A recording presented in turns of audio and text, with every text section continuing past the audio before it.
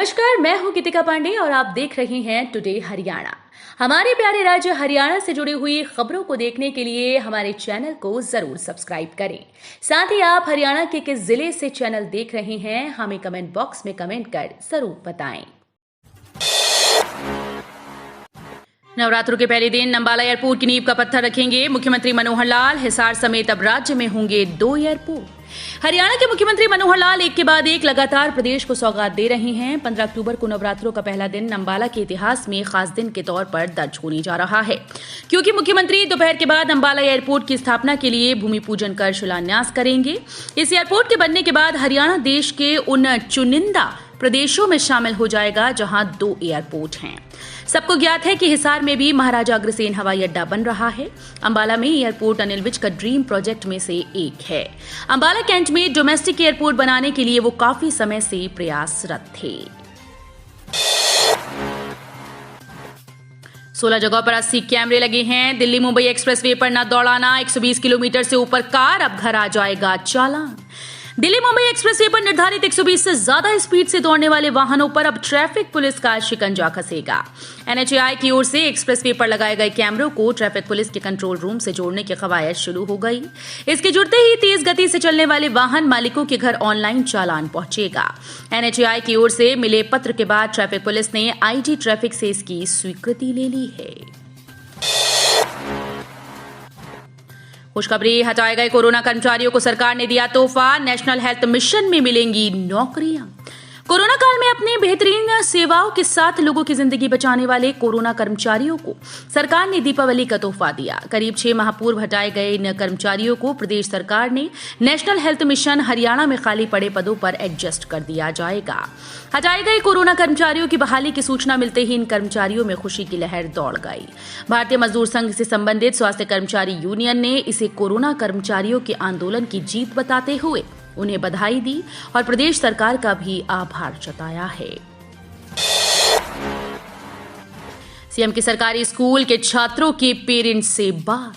हरियाणा के मुख्यमंत्री मनोहर लाल खट्टर ने राजकीय मॉडल संस्कृत प्राथमिक विद्यालय के विद्यार्थियों के अभिभावकों से संवाद किया। सीएम ने कहा कि आज की शिक्षा प्रणाली में 3S स्टडी, स्पोर्ट्स, स्क्रीन पर फोकस जरूरी है। साथ ही रटने के बजाय विषय को समझना जरूरी है। संवाद करते हुए सीएम ने कहा कि आज के आधुनिक दौर में हर व्यक्ति चाहता है कि उसके बच्चों को आधुनिक और अच्छी शिक्षा मिले। इस जरूरत को समझते हुए सरकार ने प्रदेश में अनेक मॉडल स्कूल निजी क्षेत्र में खोले हैं। कांस्टेबल सब इंस्पेक्टर भर्ती एग्जाम पैटर्न पर विज की आपत्ति।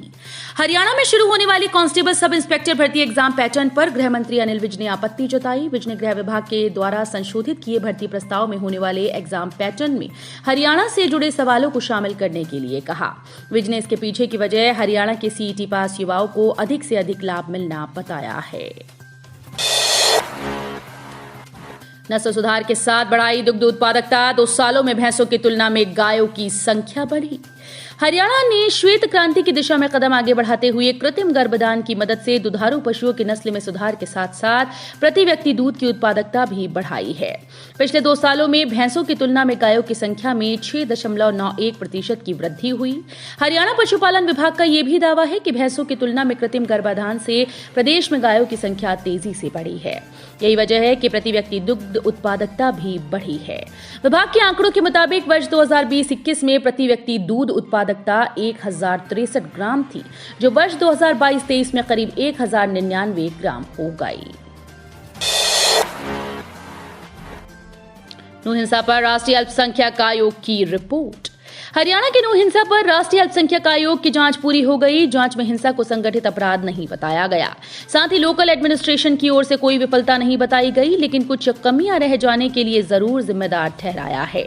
हिंसा फैलाने में स्थानीय लोगों के शामिल न होने की बात कही गई। रिपोर्ट में बताया गया कि हिंसा फैलाने के लिए उपद्रवी बाहर से आए थे। पराली न जलाने को लेकर जागरूक हुए किसान। बेलर मशीनों से गांठें बनाकर कर रहे प्रबंधन। घग्गर नदी के तटवर्ती क्षेत्र में अब धुएं के गुब्बार नजर नहीं आते। कारण स्पष्ट है कि किसान पराली को जलाने के बजाय उसका प्रबंधन कर आर्थिक तौर पर सुदृढ़ भी बन रहे हैं। सरकार भी उन्हें विभिन्न प्रकार से आर्थिक मदद देकर जागरूक कर रही है। अब क्षेत्र के किसानों में जागरूकता बढ़ी है तो पराली को आग लगाने के बजाय उसका प्रबंधन शुरू कर दिया है। किसानों के पराली प्रबंधन के बाद जहां खेतों की उपजाऊ शक्ति बढ़ रही है, वहीं किसानों की आर्थिक दशा भी बेहतर हो रही है। अब विकसित होगा अग्रोहा पुरातात्विक स्थल, केंद्र सरकार ने दी मंजूरी। हरियाणा में राखी गढ़ी की तर्ज पर जल्द ही सरकार अब ऐतिहासिक स्थल अग्रोहा को विकसित करने जा रही है। अग्रोहा के पुरातात्विक स्थल को महाराजा अग्रसेन की राजधानी माना जाता है। इस स्थल के विकसित होने से न केवल आस्था का ये केंद्र विश्व में अपनी पहचान बनाएगा, बल्कि ये स्थल पर्यटन के रूप में भी विख्यात होगा। गुरुग्राम में वन वे का प्रयोग फेल, जाम हुआ पूरा शहर। प्रशासन ने फैसले को 2 घंटे में ही लिया वापस। त्योहारी सीजन को देखते हुए शहर में ट्रैफिक विभाग की तरफ से किए गए वन वे का प्रयोग 1 घंटे में फेल हो गया। असल में आनन फानन में लिए गए इस फैसले की जानकारी लोगों को नहीं मिली। वन वे के कारण शहर में कई जगहों पर जाम लग गया। पुलिस प्रशासन की सारी व्यवस्थाएं धरी रह गईं। इसके बाद प्रशासन ने वन वे के फैसले को 2 घंटे में वापस ले लिया। इसके बाद भी शाम तक लोग जाम से जूझते रहे। इग्नू ने 20 अक्टूबर तक बढ़ाई दाखिले की तिथि। इंदिरा गांधी राष्ट्रीय मुक्त विश्वविद्यालय में दाखिला लेने वाले छात्रों के लिए बड़ी खुशखबरी ये है कि यहां पर जुलाई 2023 सत्र के विभिन्न ऑनलाइन, डिस्टेंस लर्निंग और ऑनलाइन कोर्सेज में दाखिले के लिए आवेदन की अंतिम तिथि बढ़ाकर 20 अक्टूबर 2023 कर दी है। हरियाणा के पूर्व सीएम का नया दावा। हरियाणा के नेता प्रतिपक्ष और पूर्व सीएम भूपेंद्र सिंह हुड्डा लगातार सीएम और डिप्टी सीएम को लेकर बयान दे रहे हैं। ब्राह्मण डिप्टी सीएम के बाद वो 4 डिप्टी सीएम बनाने का फॉर्मूला बता चुके हैं। उनके इस बयानों को लेकर कांग्रेस के प्रदेश अध्यक्ष चौधरी उदय भान पहले ही किनारा कर चुके हैं। इसके बाद अब पूर्व सीएम ने मुख्यमंत्री को लेकर बयान दिया है। उन्होंने कहा कि सूबे में यदि कांग्रेस की सरकार आती है तो जाट मुख्यमंत्री बनेगा। यदि किन्हीं कारणों से नहीं बन पाया तो डिप्टी सीएम तो जरूर बनेगा। हिसार में रिटायर्ड कर्मचारियों की बैठक। हरियाणा के रिटायर्ड कर्मचारियों ने लंबित मांगों को लेकर करनाल में सीएम आवास का घेराव करने का ऐलान किया। ऐसे में हिसार के कांतिमान पार्क में रिटायर्ड कर्मचारी इकट्ठा हुए और 27 अक्टूबर को सीएम आवास के घेराव को लेकर रणनीति बनाई। राज्य में बढ़ रहे साइबर क्राइम के केस। सितंबर में मिले 6,247 मामले, फ्रॉड होने से बचे 4.14 करोड़। हरियाणा में साइबर अपराध की शिकायतें बढ़ी हैं। अगस्त में जहां साइबर हेल्पलाइन पर 6,064 शिकायतें प्राप्त हुई, वहीं सितंबर में यह आंकड़ा 6,247 पर पहुंच गया। लावारिस गौवंश की टक्कर से स्कूटी सवार किशोर की मौत, परिवार का चिराग बुझा। चरखी दादरी के लोहारू और महेंद्रगढ़ चौक के बीच मुख्य मार्ग पर 2 गौवंशों ने एक स्कूटी को टक्कर मार दी। हादसे में गामड़ी क्षेत्र निवासी स्कूटी सवार शौर्य खत्री 16 वर्षीय इकलौती संतान की मौत हो गई। तो ये थी हरियाणा राज्य से जुड़ी हुई आज की कुछ खास और अहम खबरें।